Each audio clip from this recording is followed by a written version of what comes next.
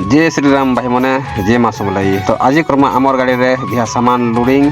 तो मुई अच्छे बर्तमान कुड़े सिंगारे बिहा सामान लदी करी आमे बाहर जाऊँ बरम केला के टाइम हो गला बर्तमान 12 आमे 12 बजे बाहर छु केनता के बेले आगड़ माँ बस भी पले आउची।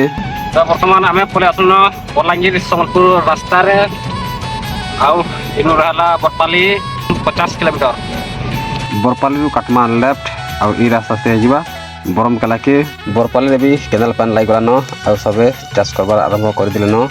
तो एटा खरा मासिया करछन चार सेनो ठीक आके आस रखे गुटे बुढ़िया मंदिर गुटे देसला देखुन। तो कमेंट रे कहून एटा केन मंदिर आज असर पहुंची गनु मोर बपिलार बाइन कर घर आगे आ आमे एठु वर्तमान भुजी खाई खरा भी होजे बहुत। तो सतले पहला खाई दू आइसक्रीम गुटे तापर खेमा भात ला सोमवार आज तो मोर आइस बिसन चले। तो आज हेतले भी खाउ साधा खाई सारला परे मोर गाड़ी रे जते सब सामान लोड थिला सब दोछु यारे उतरेई सब सामान उतरे करी सब सारी देखरी आमे बाहरी जिमु इहाते हमर गाँ के आसे करी पूछी जेछु बरपाली आउ इनो लागि छे बहुत जाम।